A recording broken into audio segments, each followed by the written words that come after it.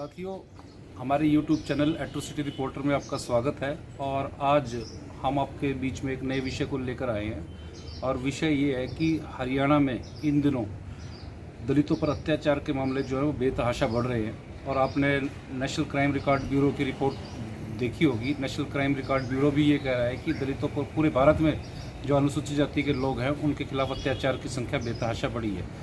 तो लेकिन इस मामले में एक पेच है, वो उस पेच के बारे में हम लोग आपको बताना चाहते हैं कि जिस तरह से अनुसूचित जाति व जनजाति अत्याचार अधिनियम के तहत मामलों की रिपोर्टिंग बढ़ रही है, केसेस रजिस्टर हो रहे हैं। और जो केसेस रजिस्टर हो रहे हैं वो केवल जो SC/ST एक्ट की जो धारा 18A है उसके तहत ये केसेस दर्ज हो रहे हैं, क्योंकि अब इन केसेस में पुलिस को प्रिलिमिनरी इंक्वायरी करने का अधिकार नहीं रहा और पुलिस को कंप्लेंटों पर FIR दर्ज करनी ही पड़ेगी। इसलिए पुलिस को आप कह सकते हैं कि मजबूरन मुकदमे दर्ज करने पड़ रहे हैं। लेकिन जिस तरीके से मुकदमे दर्ज हो रहे हैं उसी गति से पुलिस इन मुकदमों को खारिज करने का काम भी कर रही है। हो सकता है एक या दो केस गलत तरीके से दर्ज कराए गए हों, लेकिन हमारे 99% केस जो हैं वो असल सच्चे फैक्ट्स पर दर्ज होते हैं। और जो पुलिस के जो जांच अधिकारी हैं वो जांच अधिकारी ज़्यादातर जो है जाति विशेष के समुदाय से यहाँ पर हैं। और पूरे हरियाणा के हर जिले में हर उपमंडल स्तर पर जो जांच अधिकारी DSP हैं वो जो जाति विशेष के लोगों को लगाया हुआ है। और हमारे जो समाज के पुलिस अधिकारी हैं वो भी नौकरी जाने के बहसे दबाव में प्रेशर में उन मुकदमों को सरकार के इशारों पर खारिज करने का काम कर रहे हैं। तो फिलहाल जिस विषय को आज मैं लेके आया हूँ वो विषय ये है कि हमारे पुलिस जिला हांसी, हिसार और हरियाणा के अलग अलग जिलों में गलत गैर कानूनी तरीके से SC/ST एक्ट के मामलों को खारिज किया जा रहा है। तो अगर मैं हांसी पुलिस ज़िला की बात करूं तो हांसी पुलिस ज़िला में करीबन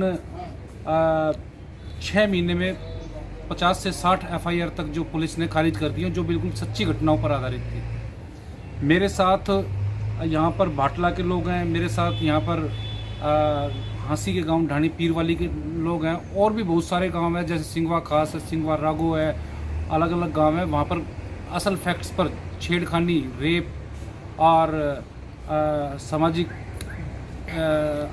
बहिष्कार करना, गालियाँ बकना, इस तरह के सैकड़ों केस हैं जिनको पुलिस खारिज करने का काम कर रही है। तो आज मेरे साथ गांव भाटला के मेरे साथ लोग हैं और मैं उनसे आपकी बात कराना चाहूँगा।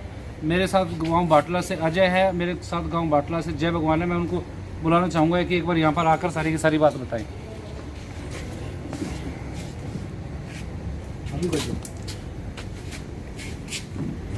तो मेरे साथ अजय कुमार हैं, ये एक दलित राइट एक्टिविस्ट भी है और सोशल वर्कर भी हैं। और इनके गांव में सामाजिक बहिष्कार जो है वो पिछले 4 सालों से चल रहा है। तो आप हमको बताएंगे कि क्या आपके गांव में सोशल बाइकआउट का क्या मामला है? सोशल बाइकआउट सर फिलहाल भी चल रहा है हमारे गांव के अंदर, और करीब 5 साल से हम सोशल बाइकआउट झेल रहे हैं। एक पानी पीने को लेकर दलित समुदाय और सवर्ण समुदाय के बीच झगड़ा हुआ था, जिसको लेके हम लोगों ने उस मुकदमे के अंदर फैसला नहीं किया। उन लोगों ने सरकार और पुलिस के इशारे पर हम लोगों का सामाजिक बहिष्कार कर दिया और हमारे खिलाफ झूठे मुकदमे दर्ज करवाए गए सवर्ण समाज द्वारा। तो साथियों, हम सब 5 साल से सामाजिक बहिष्कार झेल रहे हैं।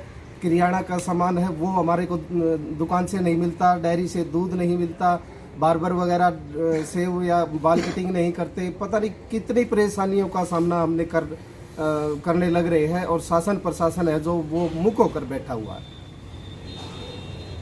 तो अभी हमारे बीच में गांव भाटला से ही राजकुमार जी है। ये भी आपको सोशल बॉयकॉट के दौरान क्या क्या पुलिस ने किया, क्या क्या उन लोगों ने किया, कितने मुकदमे आप दर्ज करा चुके हैं, उसके बारे में थोड़ा सा बताइए।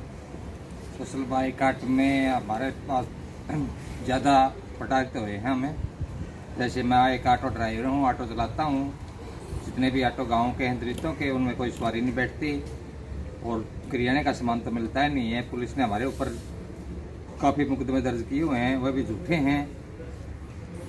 इसमें हम ज़्यादा से ज़्यादा परेशान हैं और इसको बहिष्कार को झेल रहे हैं।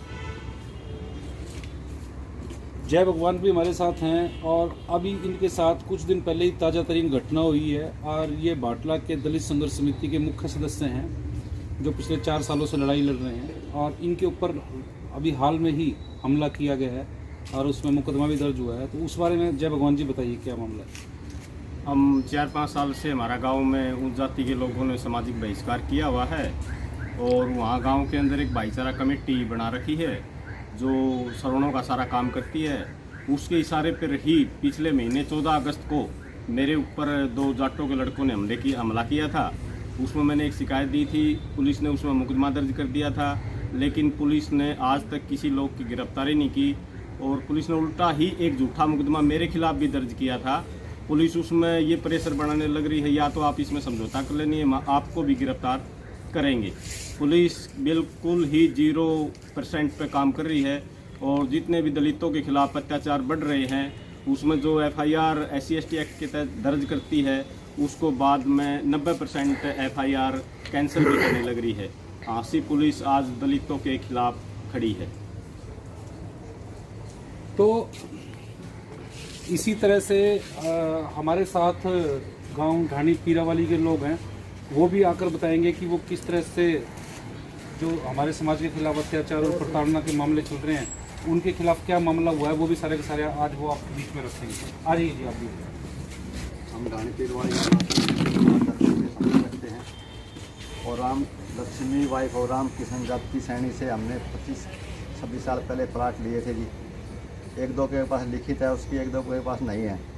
जब भी हम प्लाट के बारे में रजिस्ट्री के बारे में उससे बात करने जाते हैं तो गाली गलौज करता है, ढेर कमी समारोह, मेरा तुम कुछ नहीं बिगाड़ सकते, मैं जो प्लाट वगैरह नाम नहीं करवाऊँगा। इसकी एप्लीकेशन हमने 12/3/2021 को SP साहब के पास दी थी।